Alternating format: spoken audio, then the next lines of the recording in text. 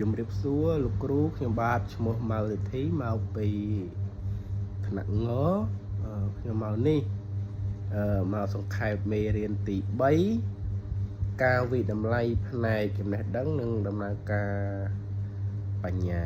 បាទចឹងនៅក្នុងមេរៀននេះដែរយើងមានវត្ថុបំណងចំនួន4ដែលនេះគរុនិស្សិតយើងអាចទី1ប្រាប់ពីប្រភេទតេស្តផ្សេងៗបានត្រឹមត្រូវទី2អនុវត្តសំណួរនិងឆ្លើយបានត្រឹមត្រូវរបស់ Bloom ផ្នែកចំណេះដឹងទី3ជ្រើសរើសការធ្វើតេស្តដែលសមស្របជាមួយនឹងកម្រិត Bloom ក្នុងការបង្កើតតេស្តដោយខ្លួនឯងទី4កំណត់លក្ខណៈវិនិច្ឆ័យក្នុងការជ្រើសរើសលទ្ធផលដែលបានរំពឹងទុកក្នុងមេរៀននេះដែរយើងមានមាតិកាចំនួន4ដូចគ្នាទី1សេចក្តីផ្ដើមទី2វិធីឬប្រភេទវាយតម្លៃក្នុងថ្នាក់រៀនទី3ប្រភេទនៃលទ្ធផលការសិក្សាដែលរំពឹងទុកបែបពុទ្ធិទី4លក្ខណៈវិនិច្ឆ័យក្នុងការជ្រើសរើសលទ្ធផលការសិក្សាដែលរំពឹងទុកក្នុងពេលសិក្សាយើងកុំឲ្យខាតពេលខ្ញុំចូលចំណុចទី1តែម្ដងគឺសេចក្តីផ្ដើមអញ្ចឹងសេចក្តីផ្ដើមមេរៀនយើងគេនិយាយអំពីការវិតម្លៃដែលអាចទុកចិត្តបានបាទចាប់ផ្ដើមជាមួយនឹងការពណ៌នាបែបច្បាស់នៅសកម្មភាពសិក្សាបាទសកម្មភាពសិក្សារបស់សិស្សជាការសិក្សារបស់សិស្សទី1ប្រយោគច្បាស់នៃលទ្ធផលដែលរំពឹងទុកដូចជាគោលបំណងវត្ថុបំណងស្តង់ដារឬអ្វីមួយដែលសិស្សគួរដឹងហើយអ្នកសិក្សាឬក៏អ្នកផលិតគោលនយោបាយយល់ច្បាស់ហើយថាដើម្បីទទួលបាននៅភាពជោគជ័យនៅក្នុងសាកលវិទ្យាល័យក្តីវិទ្យាល័យក្តីឬកន្លែងធ្វើការក្តី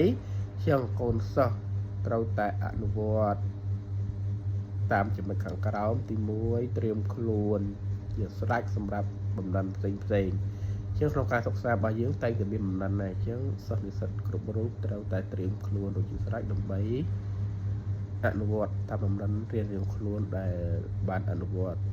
នៅខាងមុខនោះឯងទី2ចរិយាសម្បទាលើចំណេះដឹងឯកទេសបាទចរិយាសម្បទាបន្ទាប់មកទៀតលទ្ធផលនៃការសិក្សាជាការសិក្សារបស់យើងតែងតែមានលទ្ធផលតើលទ្ធផលនោះវាយ៉ាងណាយើងទៅមើលទាំងអស់គ្នាបាទជាងលទ្ធផលសិក្សាលក្ខណៈវិនិច្ឆ័យត្រូវបានប្រើប្រាស់បាទជ្រើសរើសសម្ភារៈឧបទេសបាទពង្រៀងឬគ្រោងខ្លឹមសារនៅមេរៀនបាទហើយនឹងបន្ទាប់ទៀតអភិវឌ្ឍដំណើរការបង្រៀននិងរៀន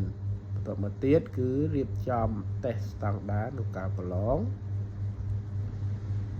បាទអញ្ចឹងបន្ទាប់មកទៀតក្រោយពីយើងសិក្សាផលិតផលរួចយើងអាចទៅមើលពីទំនាក់ទំនងបាទអញ្ចឹងទំនាក់ទំនងនេះគឺទំនាក់ទំនងរវាងការអប់រំវត្ថុបំណងទូទៅនៃមុខវិជ្ជានិងលទ្ធផលការសិក្សាដែលរំពឹងទុកក្នុងពេលសិក្សាបាទអញ្ចឹងគោលបំណងអប់រំមានដូចជាចរិយា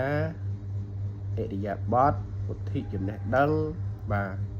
ចលនាការបង្ហាញបាទអញ្ចឹងវា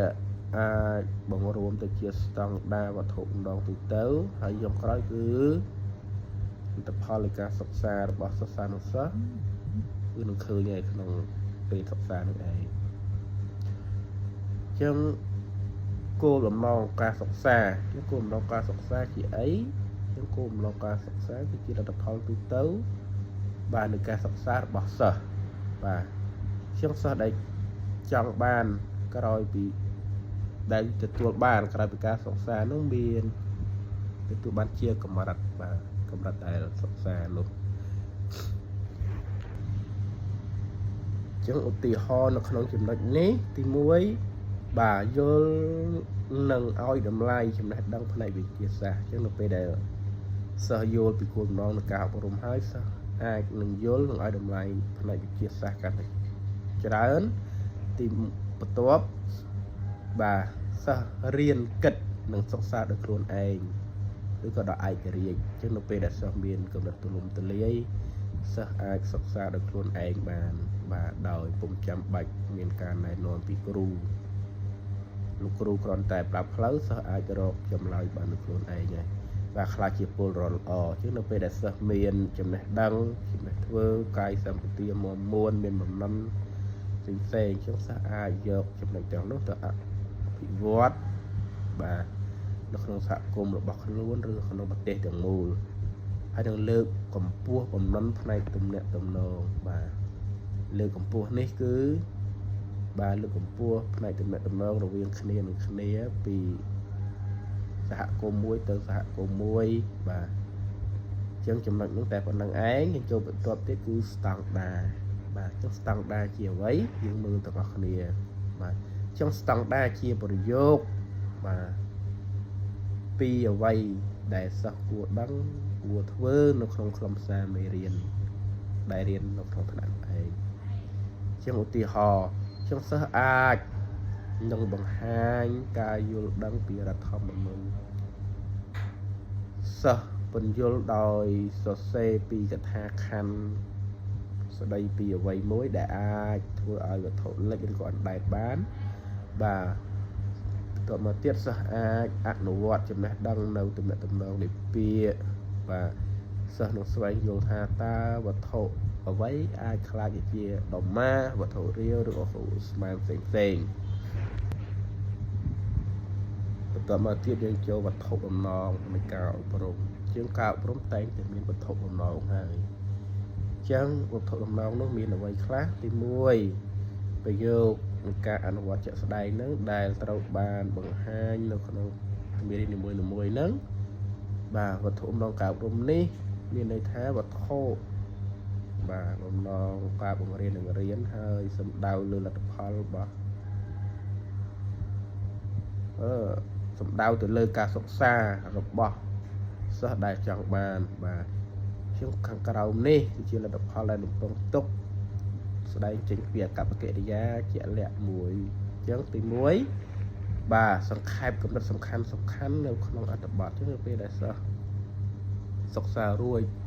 សិស្សអាចនឹងសង្ខេបកំណត់សំខាន់ឡើងវិញនៅក្នុងមេរៀននោះទី2អាចបញ្ជាក់ពីចំណងជើងនៃអត្ថបទដែលបានអានទី3ពន្យល់នៃដំណើររស្មីសំយោគក្នុងក្នុងមេរៀននីមួយៗហ្នឹងពេលដែលសិស្សរៀនចប់អាចពន្យល់ពីខ្លឹមសារមេរៀននឹងឡើងវិញបានបាទបន្តមកទៀតតើវត្ថុបំណងនៃការបង្រៀននោះជាអ្វីបាទអញ្ចឹងគ្រូគ្រប់រូបគួរតែដឹងចំណុចនេះបាទអញ្ចឹងវត្ថុបំណងការបង្រៀននោះគឺជាលទ្ធផលសិក្សារំពឹងទុកឬក៏ជាសមត្ថភាពជាក់ស្ដែងរបស់អ្នកសិក្សាអញ្ចឹងនៅពេលដែលសិស្សសិក្សារួចគ្រូតែងតែរំពឹងទុកថាតើសិស្សដែលរៀននោះទទួលបានប៉ុន្មានឬក៏ទទួលយកប៉ុន្មានពីចំណេះដឹងដែលលោកគ្រូបានផ្ដល់ឲ្យបាទបន្ទាប់មកទៀតការវិតម្លៃដែលមានចម្លើយតែមួយជាក់លាក់អញ្ចឹងអ្វីជាការវិតម្លៃដែលមានចម្លើយមួយជាក់លាក់គឺជាមធ្យោបាយការវាស់វែងដោយប្រើទម្រង់សំណួរផ្សេងច្រើនបាទសំណួរអ្វីខ្លះគឺពហុសំណួរជ្រើសរើសសំណួរកងជាដើមបាទចឹងចំណុចបន្ទាប់ទៀតប្រភេទនៃការវិតម្លៃក្នុងថ្នាក់រៀនជាងគ្រូអាចវិតម្លៃទៅកាន់សិស្សបានដោយគ្រូអាចធ្វើជាសំណួរដូចជាសំណួរបែបជ្រើសរើសឬក៏សំណួរបែបបំពេញខ្លីៗជាងសំណួរបែបជ្រើសរើសនោះដូចជាថាពហុសំណួរគ្រូអាចដាក់សំណួរមួយហើយលោកគ្រូអាចដាក់ចម្លើយឲ្យ3ទៅ4ចម្លើយឲ្យសិស្សជ្រើសរើសបន្ទាប់មកទៀតសំណួរជ្រើសរើសដែរប៉ុន្តែចេញពីចម្លើយបាទគ្រូសួរថាគ្រូដាក់ចម្លើយឲ្យគ្រូចុងក្រោយគ្រូថាតើត្រូវឬខុសចឹងទៅបាទបន្ទាប់មកទៀតពហុសំណួរដែរសំណួរជ្រើសរើសដែរគឺការគូផ្គងបាទគ្រូមានសំណួរ5ហើយក៏មានចម្លើយ5ដែរហើយឲ្យសិស្សគូផ្គងភ្ជាប់សំណួរនិងចម្លើយបាទហើយនឹងសំណួរពហុជ្រើសរើសបែបវិទ្យាសាស្ត្រចំណែកឯការបំពេញខ្លីៗដូចជាបំពេញចន្លោះជាចម្លើយបំពេញលបាសបំពេញឃ្លាប្រយោគផ្សេងជាងបន្តមកទៀត ចំណុចទី3ប្រភេទនៃការវិនិច្ឆ័យក្នុងថ្នាក់រៀនបន្តយើងមើលទៀតបាទអញ្ចឹងបំពេញកិច្ចការបែបបទបង្ហាញផ្សេងៗអញ្ចឹងមានផលិតកម្មនិងបំណិនអញ្ចឹងផលិតកម្មយើងមានគេខ្លះការសរសេរកថាខណ្ឌតែងស្ដីផ្សេងៗអញ្ចឹងទៅឬក៏ការងារគម្រោងការតែងកំណាព្យផលបត្តិផ្សេងៗផលិតវីដេអូឬនឹងសំឡេងបាទនឹងសំឡេងចំណែកបំណិនវិញគឺជាការថ្លែងសន្ទរកថាការបង្ហាញការអានរឿងនិទានផ្សេងការជជែកគ្នាការជជែកពិភាក្សាបាទវែកញែកឬចម្លើយអ្វីមួយទៅចំណែកឯការសួរផ្ទាល់មាត់ជាការសួរផ្ទាល់មាត់គឺការសួរសំណួរបែបមិនផ្លូវការជាងគ្រូអាចហៅសិស្សមកសួរផ្ទាល់បាទដើម្បីវាយតម្លៃការសិក្សារបស់គាត់ក្នុងថ្នាក់រៀនក្នុងថ្ងៃហ្នឹងចឹងទៅឬក៏ការប្រឡងផ្ទាល់មាត់បាទការសម្ភាសផ្សេងចំណែកឯការសង្កេតរបស់គ្រូគឺបែបផ្លូវការនិងមិនផ្លូវការចឹងបន្តមកទៀតចំណុចនេះគឺការសិស្សអាចវិនិច្ឆ័យតម្លៃបាទសិស្សអាចវិនិច្ឆ័យរបស់សិស្សខ្លួនឯងហ្នឹងទី1ការស្ទាបស្ទង់មតិអរិយាប័ត្រកម្រងសំណួរការកំណត់អត្រាបន្ទុកបាទផលបត្តិស្វែងឆ្លោះបញ្ចាំងការវិនិច្ឆ័យតម្លៃចឹងយើងចូលចំណុចចុងក្រោយគឺចំណុចទី4បាទ Bloom taxonomy ផ្នែកពុទ្ធិបាទ